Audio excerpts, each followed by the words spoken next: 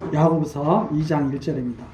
내 형제들아 영광의 주 곧 우리 주 예수 그리스도를 믿는 믿음을 너희가 받았으니 사람을 의무로 취하지 말라. 여기에서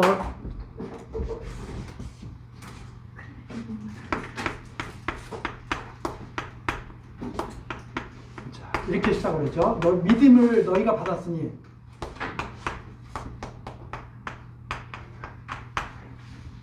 마음에 심긴 도, 믿음을 받은 성도, 믿음을 너희가 받았다. 믿음을 받았다. 자, 이 믿음을 받았으니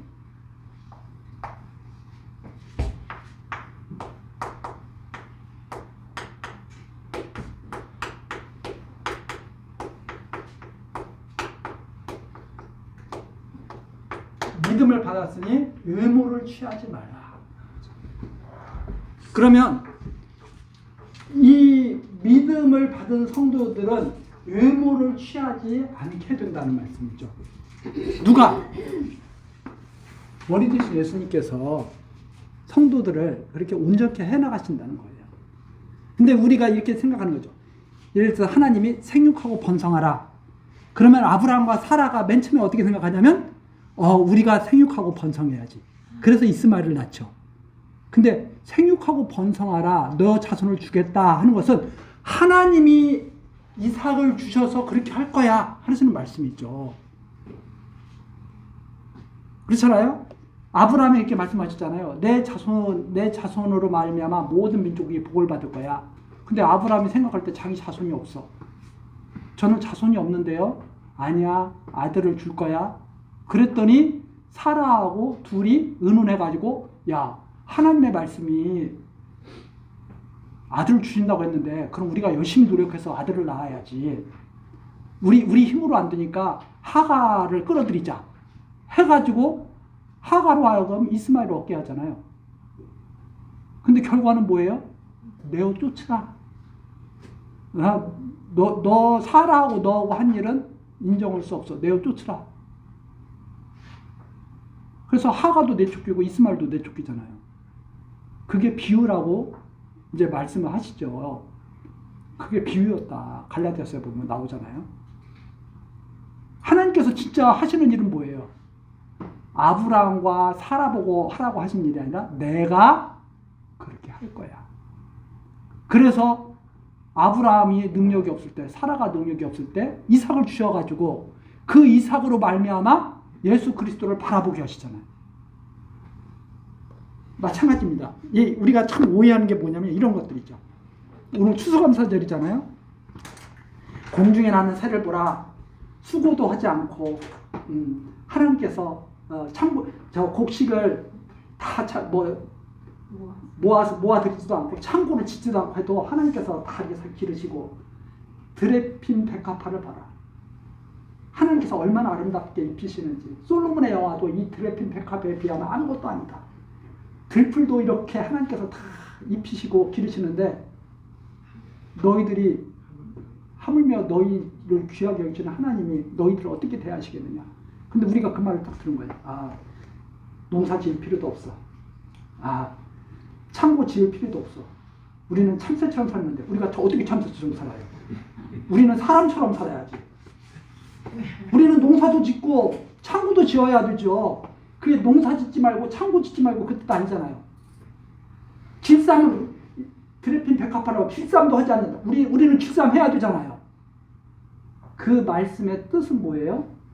하나님께서 다 이렇게 모든 것들을 다 주관하시고 당신이 다 이렇게 살게 하시니까 우리들이 어떻게 살아야 된다? 그런 것을 위해서 사는 것이 아니라 이방인들처럼 하나님께서 다 주실 것을 갖다 믿지도 않고 하나님께서 우리가 이렇게 땀 흘리고 열심히 일하면 먹고 살게 하실 것 그렇게 분명히 하실 건데 그거 믿지도 않고 욕심내가지고 무엇을 더 막 이러면서 이방인들처럼 그렇게 사는 거 그거 잘못된 거다. 너희들을 이 세상에 두신 것은 이방인들처럼 그렇게 살라고 두신 것이 아니라 성도들답게 그의 나라와 그의 의를 구하면서 그거 배우라고 땅에 두신 거야. 그러니까 이방인들처럼 쓸데없는 걱정하지 말고 오늘 걱정은 오늘이 하고 내일 걱정은 내일이 할 거야. 그 의미가 그렇다고 말씀드렸죠. 오늘 걱정은 너희들이 하는 게 아니라 오늘이라는 사람이 오늘 걱정을 하는 거야. 내일이 내일 걱정을 하는 거야. 그러니까 너희는 그런 걱정을 하는 게 아니라 어떻게 하면은 그의 나라와 그의 의를 이룰까 하고 생각하면서 살라고 너희를 두신 거야. 이런 의미죠. 우리 보고 참새처럼 농사 짓지 마. 창고 짓지 마. 저 드래핀 들고들처럼 길쌈하지 마. 이런 뜻이 아니잖아요. 마치 그거 똑같아요. 믿음을 받은 성도는 의무를 취하지 마. 내가 이제 의무 취하지 말아야지. 근데 우리는 의무 취하게 돼요? 안 취하게 돼요? 자, 꽃미남이 있어. 아주 좀 별 문제 없이 얼굴 못생긴 사람이 있어. 누구한테 눈이 자꾸 가요? 멋있는 사람한테 눈이 가잖아요.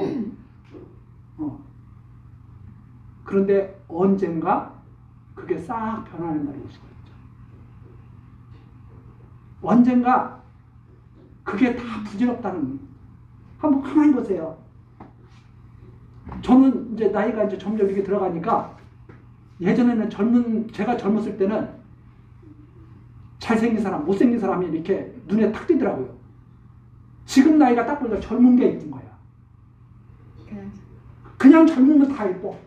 야, 다 이쁘게 생겼네. 때가 되니까 시간이 바뀌는 거죠. 이제 그 말씀을 하고 계신 거다 이 말입니다. 믿음을 받은 성도는 유물을 취하지 말라. 유물을 취하는 것은 믿음과 어울리지 않아. 유물을 취하는 것은 믿음과 어울리지 않아. 그러면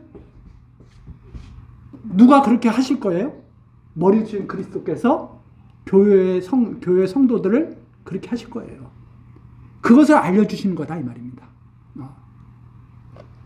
그래서 이 내용이죠. 자, 유물을 취하는 것. 다 자기 눈에 욕심내는 거죠. 사람을 외모로 취하는 것은 자기 눈에 차는 욕심을 내는 거예요. 그래서 만일이죠. 이런 것을 이해시키는 거예요. 외모로 취하는 것이 잘못된 것을 이해시키는 거예요.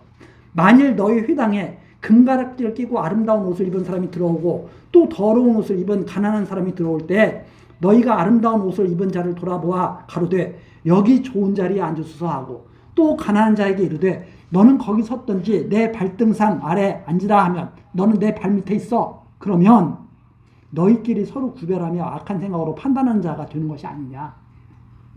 이해하기 쉽게. 자, 쉽게 말해서 이런 거예요. 대제사장이나 그럴듯하게 옷을 갖춰 입은 바리새인이 옆에 딱 들어와 앉아 있어. 그럼 그 사람 옆에 앉아 있으면 나도 대제사장이나 바리새인처럼 거룩한 사람이 되는 것 같아. 그래서 그 사람 옆에 이렇게 딱 앉아 있어. 좋아, 기분이 좋아져. 그런데 옆에 세리와 창기가 와서 딱 앉아 있어. 난 이 사람들하고 안 어울려. 그래서 딱 이렇게 옆으로 갔어. 그리고선 가만히 보니까 예수님은 바리새인과 대제사장하고 가까이 앉아 있는 게 아니라 누구하고 가까이 앉아 있어요? 세리하고 창기하고 가까이 앉아 있어. 그거 딱 생각하시면 돼요. 그럼 왜 그걸 받느냐? 외모를 취하지 않고 안에 있는 믿음이거든요.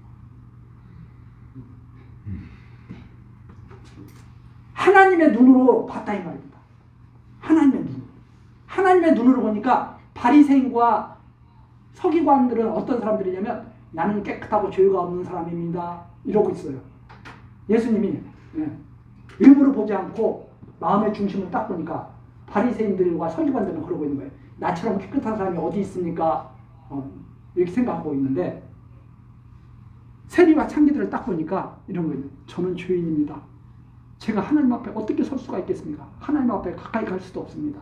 하나님 궁휼히 여겨주십시오. 이러고 있는 거예요. 그리고선 예수님이 딱 보니까 바리새인이나 세리나 다 보니까 시커매. 누구한테 소망이 있어요? 세리한테 소망이 있죠. 왜? 자기 죄를 인정하는 사람한테 소망이 있죠. 우리 그때 똑같이 잘못을 저질렀는데 한 사람이 울면서 제가 죄를 졌습니다. 저는 용서받을 자격도 없습니다. 이러고 있어.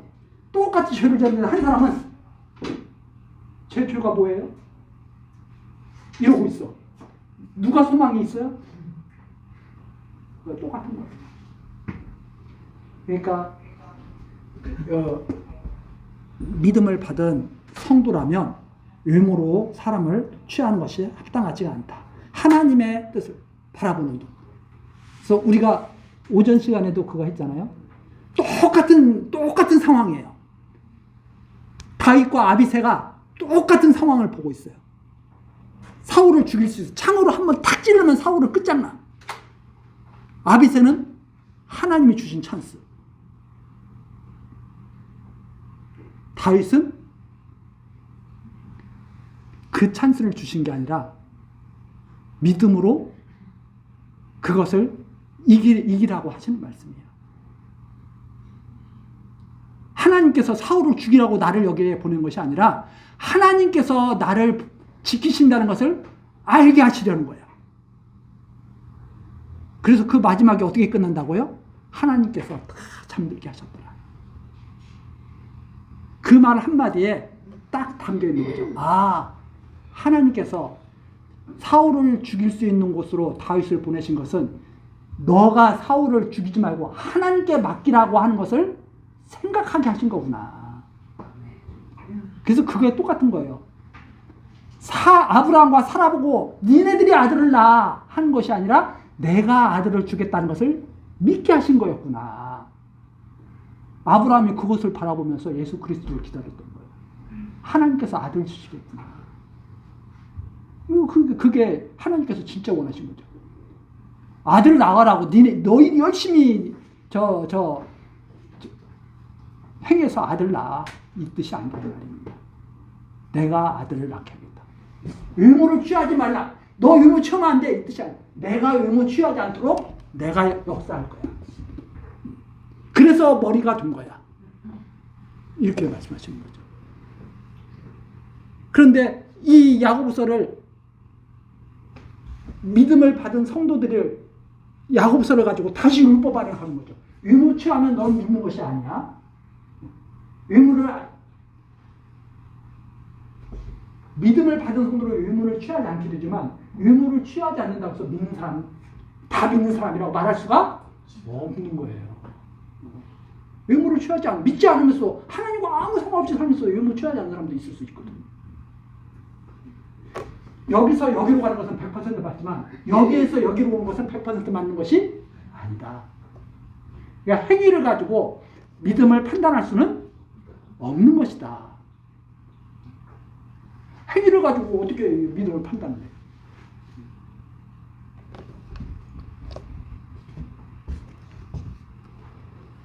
자, 그래서 5절 보죠. 5절.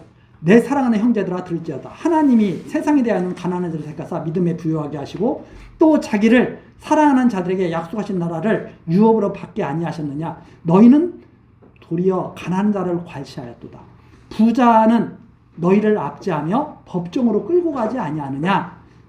그러니까 지금 믿는 자라고 하면서도 자꾸 이 눈에 외모로 사람들 자꾸 취하는 게 지금 성도들의 모습이에요. 근데 예수님이 그렇게 하는 거죠. 형제들아, 하나님께서 어떤 자를 택했나 봐라. 우리 지금 디모데에서 나오잖아요. 하나님께서 택하신 자가 누구예요? 주님이 택하신 자가 바울을 택하셨어요? 바울이 뭐라고 말해요? 내가 택할 만해서 택하셨어요? 택할 수 없는 존재인데 나를 택했어요. 나는 죄인 중에 교수야. 이렇게 말하잖아요. 중에서도 죄인 중에서도 교수야, 교수. 아주 우두머리야, 우두머리. 바울.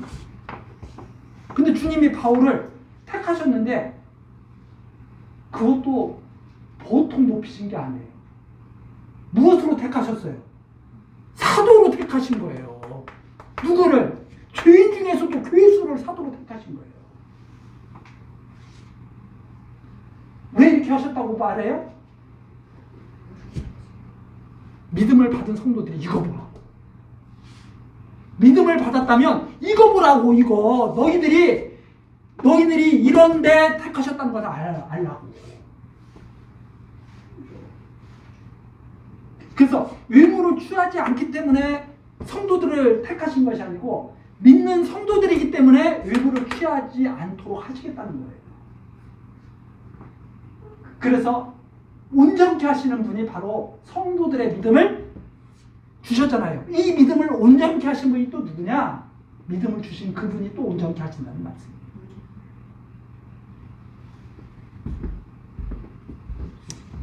그래서 6절이 그런 말이죠. 너희가 가난한 자고 괄시받는 자인데 사도 바울처럼 교회 중에 교수였는데 너희들을 택하신 거야. 그렇다면 너희들이 이걸 제대로 안다면 외모로 취하지 않게 될 것이다. 그렇게 역사하실 것이다 이 말입니다. 그래서 8절 너희가 만일 경에 기록한 대로 내 이웃 사랑하기를 내 몸과 같이 하라 하신 최고의 법을 지키면 잘하는 것이야. 이게 최고의 법이에요. 사랑이라고 하는 것은 최고의 법이에요. 최고의 법. 이 법. 자, 위로 올라가서 이 사랑이 있어요. 이 사랑은 밑에 이것을 갖다가 판단할 때 무엇으로 판단받느냐? 이것으로 판단받아요. 예를 들어서 밑에 우리나라 법으로 설명하자면 여러 가지 법이 있죠. 뭐 민법도 있고 무슨 여러 가지 법들이 많잖아요. 그럼 예를 들어서 이게 헌법이에요. 예를 들어서 그럼 민법이 헌법과 배치가 되면 무엇에 의해서 판단이 돼야 돼요? 헌법에 의해서 판단이 돼요. 헌법과 맞지 않으면 이거 잘못된 법이에요. 사랑과 맞지 않는 것은 다 잘못된 거예요. 사랑과 맞지 않는 것.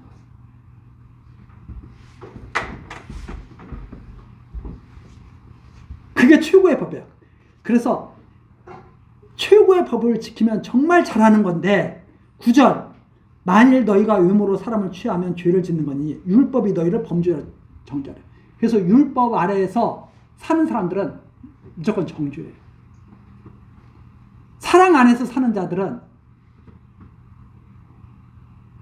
정죄함이 없죠. 율법 아래 사는 자들은 정죄예요. 그래서 제가 그런 말씀 드렸죠. 전 시간에 그런 말씀 드렸네. 조건이 있는 것은 안 좋은 거예요. 네, 조건이 딱 따르면 항상 실패로 끝나는 거예요. 그래서 제가 이런 말씀 드렸습니다. 자, 아브라함에게 복을 주셨을 때 조건이 없어요. 너는 복의 근원이 될지라 하면 끝이야. 그건. 근데 모세를 통해서 율법을 주셨을 때는 조건이 따라요. 복과 저주. 조건이 따라요. 망해요. 이 원리가 모든 인간들의 관계 속에서도 그대로 표출이 되고 있습니다. 부부가 결혼을 할 때 조건을 따져서 결혼을 하잖아요. 행복할 수가 없어요. 예를 들어서 설거지 일주일에 3번 이상은 해? 그거 안 하면 나 사랑하는 거 아니야? 왜 조건에 딱 붙잖아요. 근데 살다 보면 안 될 때가 있거든. 마음속에 불평불만이 싹 듭니다. 약속했는데 안 해주네? 불평불만이 싹 붙죠. 그 가장 행복하려면 뭐냐? 아무 조건이 없이 그냥 좋아야 돼. 설거지 안 해줘도 좋아야 되고, 뭐 어디 외식 안 시켜줘도 좋아야 되고, 여행 같이 안 가도 좋아야 돼. 그럼 그 사람은 끝없이 행복한 사람이야. 마찬가지예요. 남편이 딱 회사에서 돌아왔어. 아내는 회사 안 다니고 집에서 쉬고, 가정주부는 아내다, 전업주부다. 근데 남편이 딱 들어와서 보니까 설거지도 안 돼 있고 청소도 안 돼 있고 널브러져서 쉬고 있어. 뭐 먹던 음식도 시켜 먹어가지고 막 사방에 늘어져 있어. 남편이 와가지고 짜증이 나. 나는 밖에 나가서 말이야 힘들게 일했는데 집에서 뭐 하고 있는 거야? 불행합니다. 왜? 아내한테 원하는 게 있거든. 조건. 왜 아내한테 원하는 건 뭐냐? 너는 나를 위해서 살아라는 거야. 조건이 담겨있는 가장 근본 바탕은 뭐냐? 내가 원하는 것이 이거야? 내가 원하는 대로 안 하면 나는 싫어할 거야? 나는 짜증낼 거야? 절대 행복해질 수가 없어. 그럼 뭐냐? 그냥 좋아야 돼. 있는 것 존재만으로 자체를 좋아야 돼. 여기 경지까지 들어가기 위해서는 가장 높은 곳에 올라가야 돼. 사랑이라고 하는 것을 가야 돼. 최고의 법에 도달해야 돼. 근데 가만히 생각해 보세요. 내가 사랑하는 사람을 위해서 존재할 수 있다는 사실 자체가 행복이 돼야 돼. 그게 진짜 자기를 행복하게 하는 거예요. 내가 누구를 위해서 내가 일할 수 있다고 하는 거. 그게 자기서부터 시작을 해야 되고, 부부가 시작해야 되고, 가정이 시작해야 되고, 사회가 시작해야 돼요. 그래서 원리가 사실 이 경험 속에 사람들이 그러잖아요. 자기 자신도 못 이기는 사람이 어떻게 세상을 이겨요? 원리가 그러면 자기 자신을 이기는 것이 누구냐? 자기가 아니라 하나님. 하나님이 조건 없이 사랑하시는 게 먼저예요. 네. 그래서 무조건적인 선택, 무조건적인 은혜, 무조건적인 사랑, 이게 참 좋은 말이에요.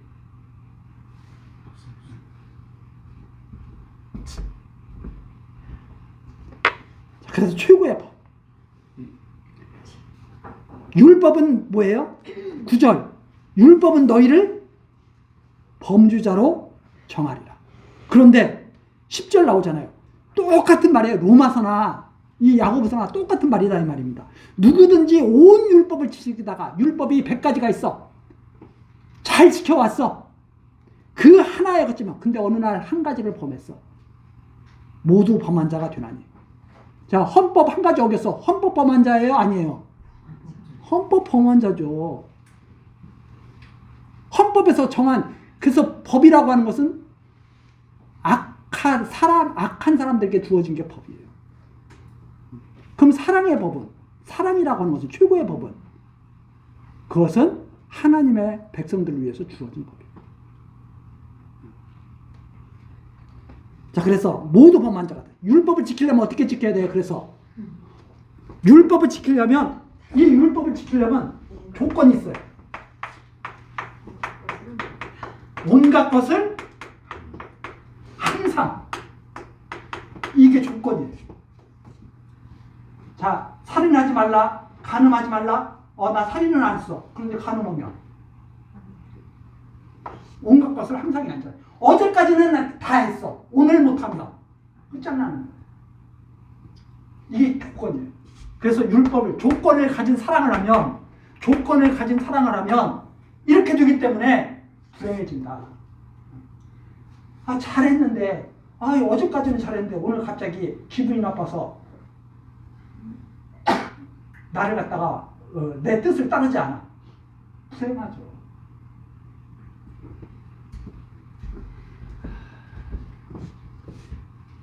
그래서 11절입니다. 간음하지 말라 하시니가 또한 살인하지 말라 하셨은즉 내가 비록 간음은 하지 아니하였어도 살인하면 율법을 범한 자가 되느니라. 너희는 자유의 율법대로 심판받을 자는 말도 하고 행하교다. 그러니까 율법 아래 있으면 돼야 안 돼요. 율법 아래 있으면 안 되고 사랑 아래 있어야 된다. 너희들은. 믿음을 받은 성도들은 사랑 안에 있어야 된다. 그래서 13절 궁율을 행하지 아니하는 자에게는 궁율 없는 심판이 있으리라. 궁율은 심판을 이기고 자랑하니라. 궁율, 사랑이라고 이해하면 쉽습니다. 사랑 안에 있는 자들은 허다한 허물을 다 덮어주게 됩니다. 그렇죠? 정말 남편이 아내를 사랑하면 아내가 조금 세상 사람들이 봤을 때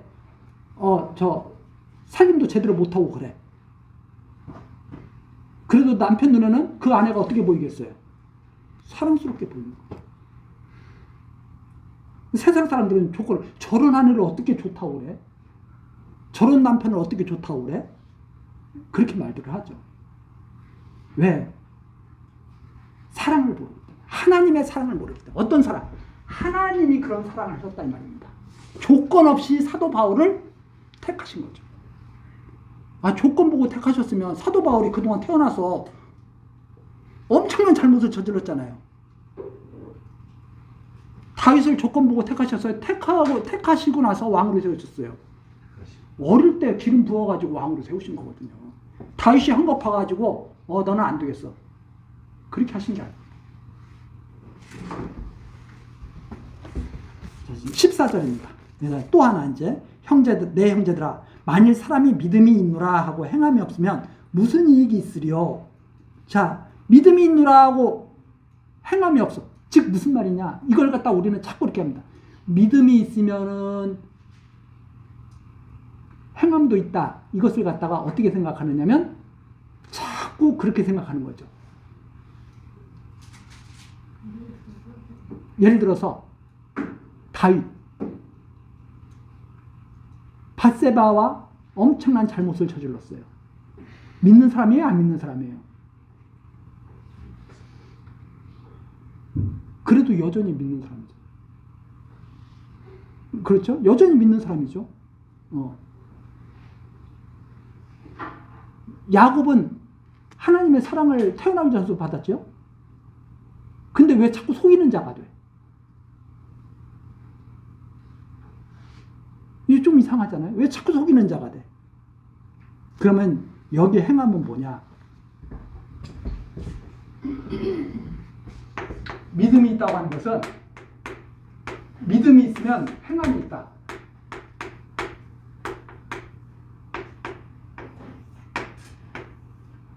이 믿음이 있으면 행함이 있다 하는 것은 어떤 의미냐면 믿음 따로 행위 따로가 아니고 믿는 대로 살아가게 되는 거예요.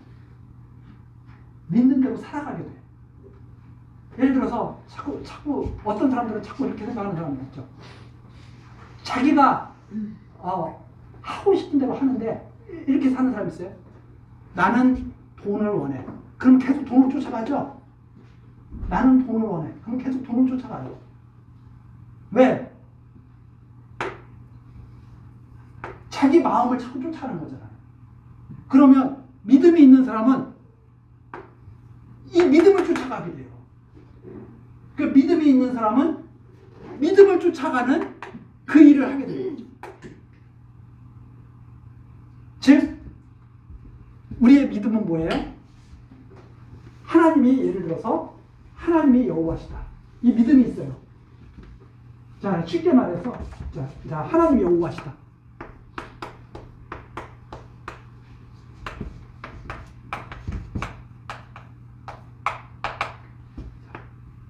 하나님은 언약대로 이루신다. 이 믿음이 있어요. 이 믿음이 있으면 어떤 사람이 와서 그렇게 말합니다. 막 유혹을. 지금 오늘 좋은 물건이 있는데 오늘 빨리 사야 됩니다. 오늘 안 사면 이거 당신 절대로 가질 수가 없어. 빨리 돈을 빨리 마련해 갖고 와서 100만 원 갖고 와가지고 빨리 이 물건을 사야 당신이 이익을 볼 수가 있어.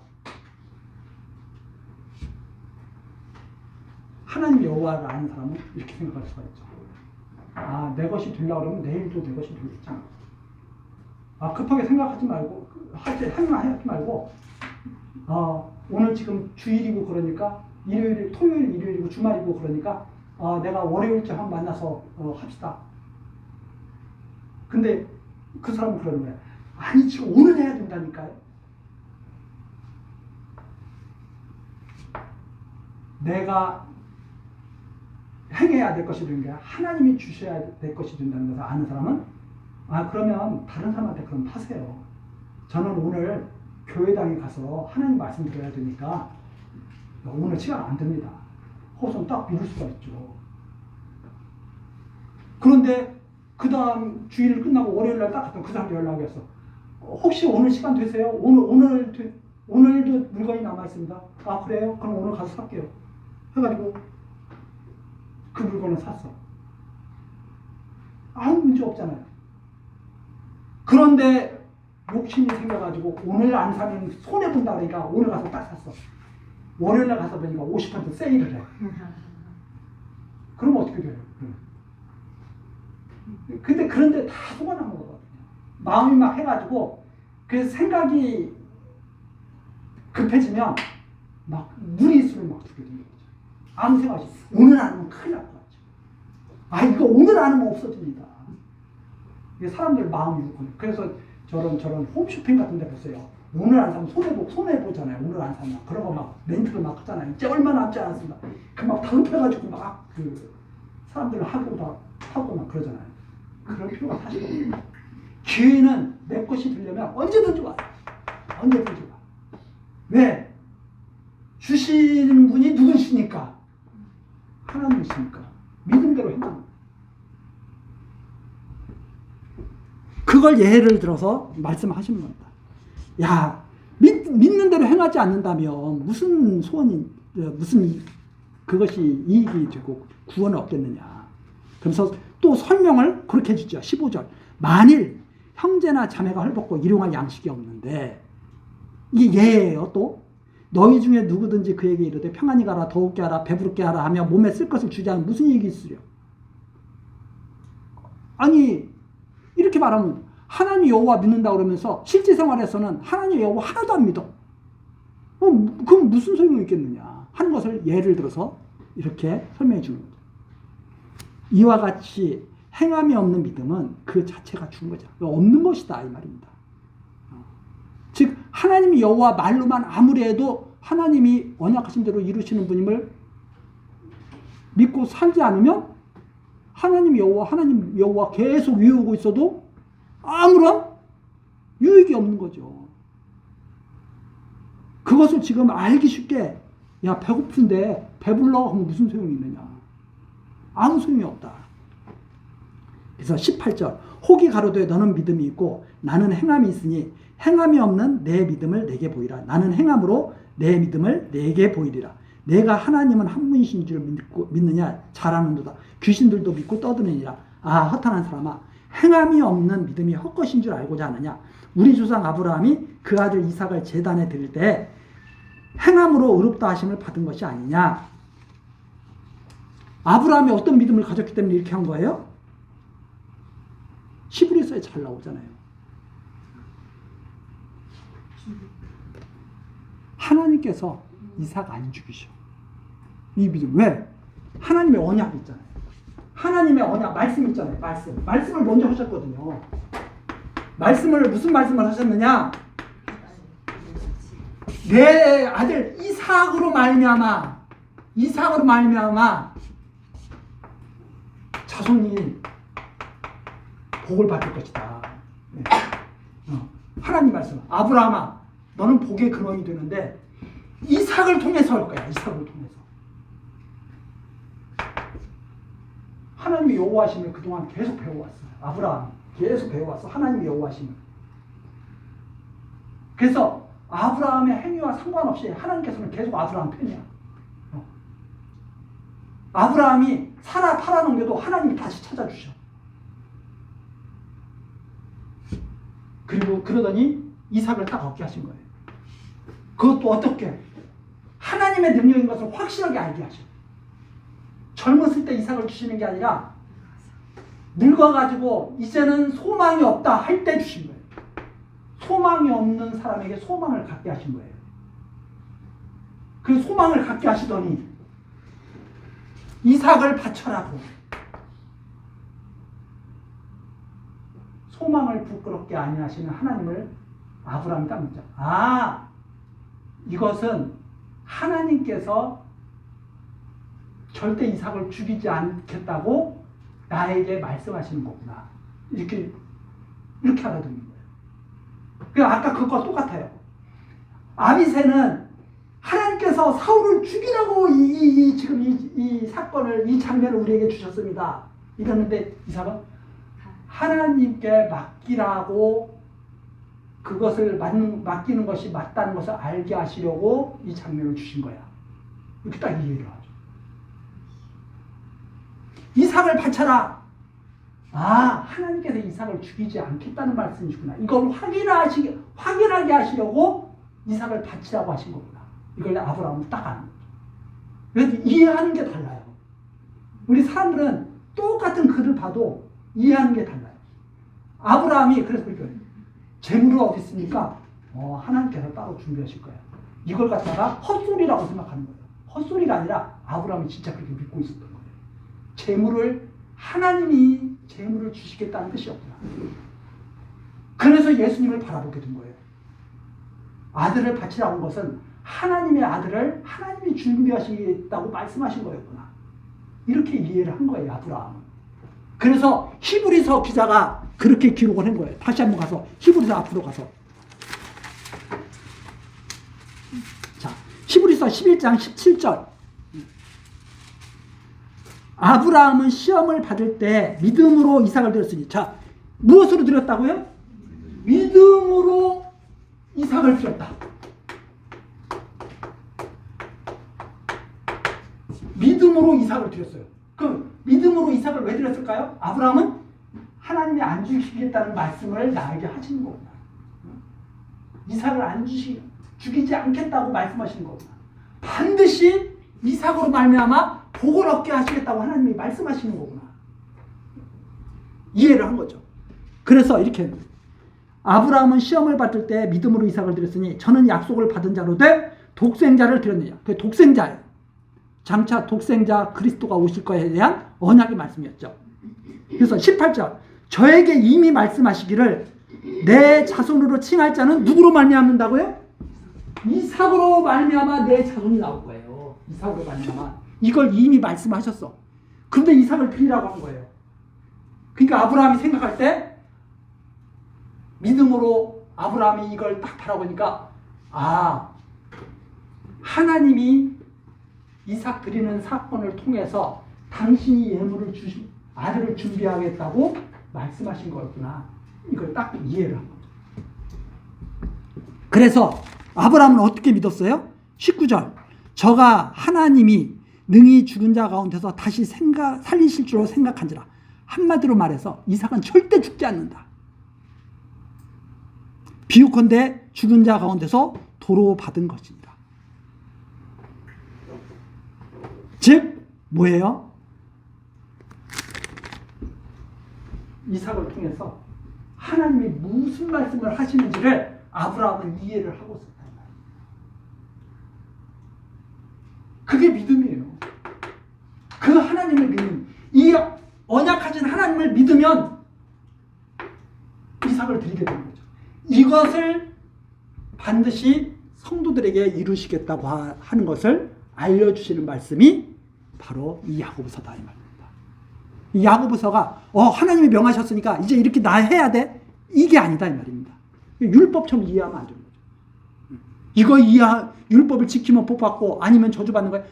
믿음대로 행하면 이건 복 받는 거고 믿음대로 행하지 않으면 저주 받는 거야. 이게 아니라 믿는 자는 그렇게 인도해 가실 거라고 하는 그 언약의 말씀을 통해서 예수가 믿음을 온전케 하시는 그리스도라는 사실을 증거하는 것이 바로 여기 야고보서다. 이렇게 정리를 계속하는 겁니다. 자, 그래서 22절 내가 보거니와 이 아브라함을 봐라. 믿음이 그의 행함과 함께 일하고 행함으로 믿음이 온전케 되었느냐. 그래서 아브라함을 보면 하나님께서 어떻게 섭리해 가시는지 알 수 있는 거 아니냐. 아브라함이 자기 뜻대로 이삭을 갖다가 바친 거예요. 하나님께서 이삭을 바치도록 역사하신 것을 따라간 거예요. 따라간 거예요. 하나님의 말씀을. 아브라함은 하나님의 말씀을 따라간 거예요. 자기가 이삭을 자기가 낳은 것도 아니고 믿음을 받고 그 믿음을 따라가는 게 아브라함이에요. 그렇게 역사하신 거죠. 자, 그래서 믿음이 그 행함과 함께 일하고 행함으로 믿음이 온전케 되었느냐. 그래서 쉽게 말해서 아까 말씀드린 것처럼 살아있는 생명에 대해서 말씀하시는 거예요. 살아있는 자는 숨 쉬는 거야. 숨을 쉬는 것, 심장이 뛰는 것, 그것은 살아있는 것과 같은 거야. 이렇게 말씀해 주시는 거죠. 이에 경에 이른바 아브라함이 하나님을 믿으니 그것을 의로 여기셨다 하는 말씀이 응하였고 하나님의 그 말씀을 이루셨다 이 말입니다. 그걸 통해서 아브라함 믿는 자야. 그는 하나님의 벗이라 칭함을 받았니. 이로 보건대 사람이 행함으로만 의롭다 하심을 받고 믿음으로만 아니라. 이런 것 때문에 자꾸 이제 사람들이 헷갈리는 거예요. 자, 이것 봐라. 그러면 행함이라든가 믿음이라는 것은 이게 하나 아니냐. 이런 말씀이죠. 행함으로만 의롭다, 믿음으로만 아니라. 이러니까 믿음으로 의롭다 하심을 받는 게 아니고 행함이 있어야 의롭다 하심을 받는 거네. 이렇게 이해하는데 그게 아니라 함께 일하고 있다. 함께 일하고 있다. 즉 믿음이 움직이고 있다 이 말입니다. 믿음이 움직이고 있다. 그래서 또 기생 라합 얘기 나오죠. 25절. 또 이와 같이 기생 라합이 사자를 접대하여 다른 길로 나가게 할 때 행함으로 의롭다 하심을 받은 것 아니냐. 믿음으로 의롭다 함을 받은 거죠. 라합도. 근데 그 믿음이 행함과 함께 있었던 거죠.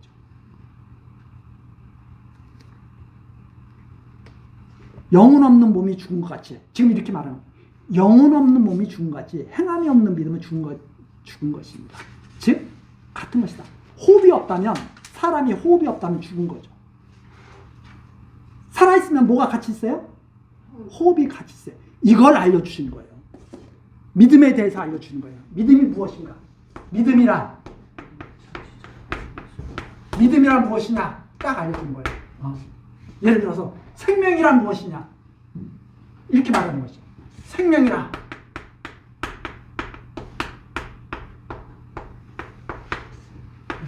생명이 있다면 호흡이 있고 호흡이 있다. 예를 들어서 이렇게 말을 해줬다 이 말입니다. 그러면 이제 이렇게 생각하는 거예요.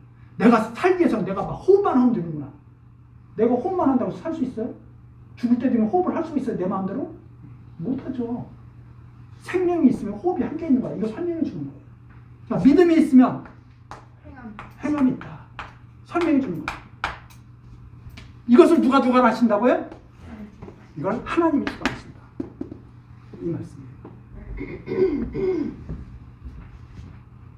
그래서 영혼이 없으면 죽은 거예요. 자, 사람이 영혼이 떠났어. 영혼, 혼이 떠났어. 영혼. 육체만 남았어. 죽은 거예요, 사는 거예요. 같이 있어야 돼요. 호흡도 있어야 되고 영혼도 있어야 되고. 이게 다 같이 있는 거예요. 다 같이. 이걸 말해주는 거예요. 믿음에 대해서 말해주는 거예요. 왜? 내가 이 믿음을 주관하겠다는 거예요. 내가 이 믿음을 주관하겠다. 자, 그걸 이제 비유를 통해서 계속 이렇게 말씀해 주는 거죠. 그 다음 3장입니다. 내 형제들아, 이제 3장 계속 그 유인물 보시면 돼요. 지혜로 행해야 된다. 온전한 믿음이 무엇인가를 이제 알려주셨으면 지혜로 행해야 된다. 그래서 지혜로 행하는 거. 형제들아, 내 형제들아, 너희는 선생 중 우리가 더 큰 심판을 받을 줄 알고 많이 선생 듣지 말라. 이 가르치는 것이 정말 이게 어려운 일이에요. 가르치는 것이.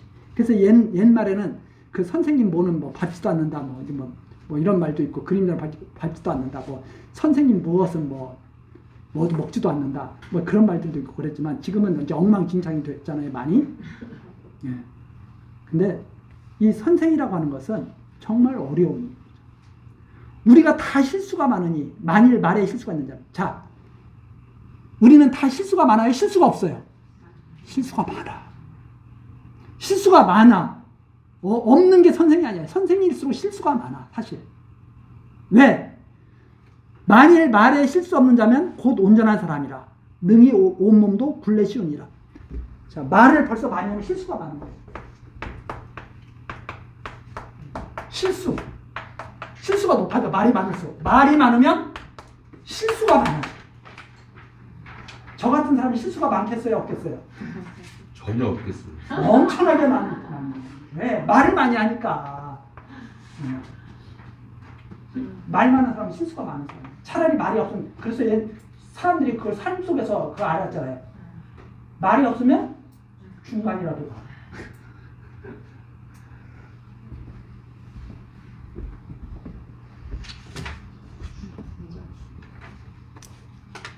그래서 말에 실수가 없으면 온전한 사람이라고 할 수 있어요. 정말 말에 실수가 없는 사람은 온전한 사람이에요. 갑자기 성질나면 욕부터 튀어나가기도 하고 막 그러잖아요. 아니 처음부터 지금 야고보서 처음부터 말을 조심해라. 이 말. 그래서 3절입니다. 우리가 말을 순종케 하려고 그 입에 이건 진짜 말이에요. 말을 순종케 하려고 그 입에 재갈 먹여 온몸을 어거하며 또 배를 보라. 그렇게 큰 광풍에 밀려가는 것들을 지극히 작은 키로 사공의 뜻대로 운전하나니. 큰 자동차도 운전대가 이렇게 돌려서 운전하잖아요. 그런 예죠. 그래서 5절, 이와 같이 혀도 작은 지체로 돼. 우리 몸에서 혀 작은 건데 큰 것을 자랑하다. 이 혀로 다 해먹어. 보라, 어떻게 작은 불이 어떻게 많은 나무를 태우는가. 다 알기 쉽게 비유를 해주는 거예요. 혀는 곧 불이요 불의의 세계라. 혀는 우리 지체 중에서 온몸을 더럽히고 생의 바퀴를 불사르라니 그 사르는 것이 지옥불에서 나느니라. 여러 종류의 짐승이며 새며 벌레와 해물은 다 길들을 물어 사람에게 길들였거니와 혀는 등이 길들일 사람이 없나니 쉬지 아니하는 악이요 죽이는 독이 가득한 것이라. 이것으로 우리가 주 아버지를 찬송하고 또 이것으로 하나님의 형상대로 지음을 받은 사람을 저주하나니 한 입으로 찬송과 저주가 나는다. 칭찬도 하고 욕도 하고 한 입으로 다 하는 거예요. 한 입으로 찬송과 저주가 나는도다. 내 형제들아, 이것이 마땅치 아니하니라. 한 입 가지고 두 말 하면 돼야 안 돼요? 안 되는 거죠. 우리 그거 다 알고 있잖아요. 그런데 우리 그렇게 해요, 안 해요? 그렇게 해야잖아요. 그런데 이 말씀을 통해서 하나님의 뜻이 드러납니다. 우리를 어떻게 하시겠다는 거예요? 입 다물게 하시겠다는 거예요. 그걸 보여주시는 내용 중에 하나가 뭐예요?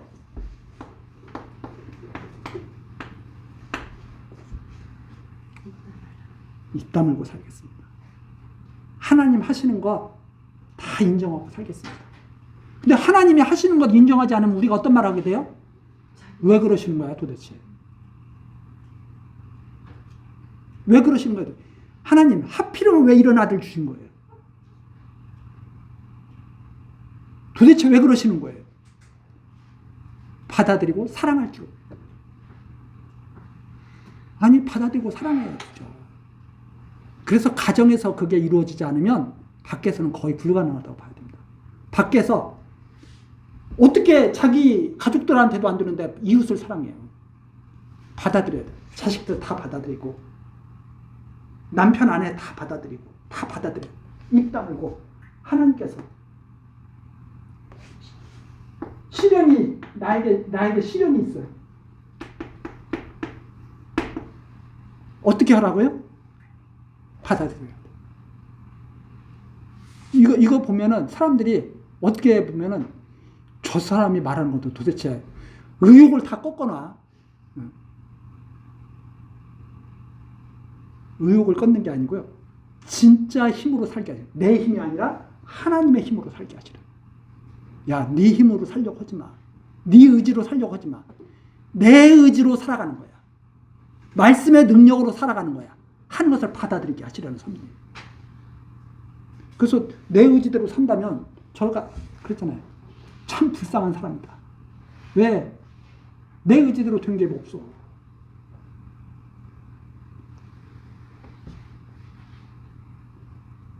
자, 그래서 그랬죠.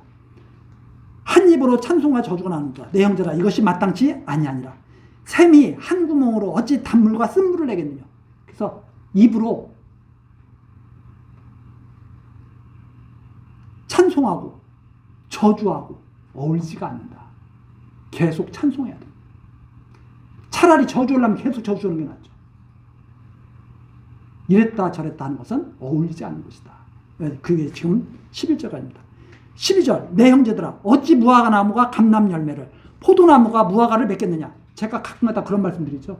사과나무는 끝까지 사과나무예요. 감나무는 끝까지 감나무예요. 감나무가 100년 됐다고 해서 사과가 열리는 거 아니에요. 하나님이 주신 것을 그대로 받아들여야 돼요. 이와 같이 짠물이 단물을 내지 못하느니라. 13절, 너희 중에 지혜와 총명이 있는 자가 누구뇨? 그는 선행으로 말미암아 지혜의 온유함으로 그 행함을 보일지니라. 그러나 너희 마음속에 독한 시기와 다툼이 있으면 자랑하지 말라. 진리를 거스려 거짓하지 말라. 시기도 나고 다툼도 나고 그런데 자기가 하나님 믿는다고 그렇게 거짓말하고 다니지 말라 이 말입니다. 그게 뭐예요? 하나님께서 믿는 사람들을 누구처럼 만드시겠다는 거예요. 시련을 통해서 욥처럼 만드시겠다는 거예요. 욥에게 왜 그런 고난을 주십니까?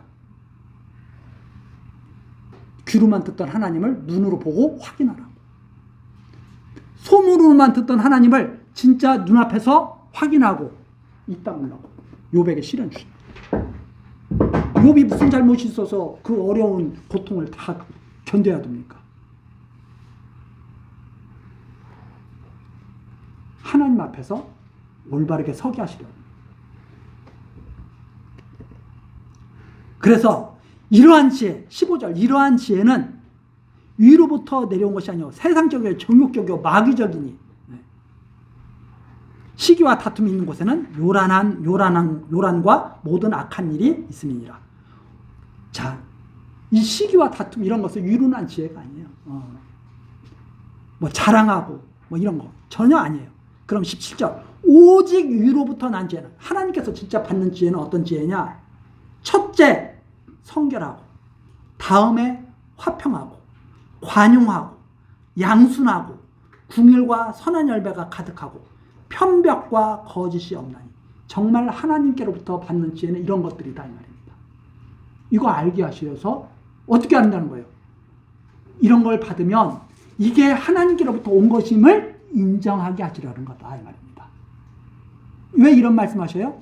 내가 만일 궁유를 베풀 수 있는 그릇이야. 누가 은혜 베푸신 거예요? 하나님 은혜 베푸신 거예요. 내가 하나님께 받은 거예요. 내 안에 이게 있는 게 아니에요. 하나님께 받은 거예요. 이거 알고 하나님께 감사하게 하시려고. 그래서 화평케 하는 자들은 화평으로 심어 의의 열매를 거두니라. 그렇게 해서 하나님께서 열매를 맺게 하시는 것이다. 이런 뜻입니다. 자, 또 잠시 쉬었다가 이제 4장, 5장 하도록 하겠습니다.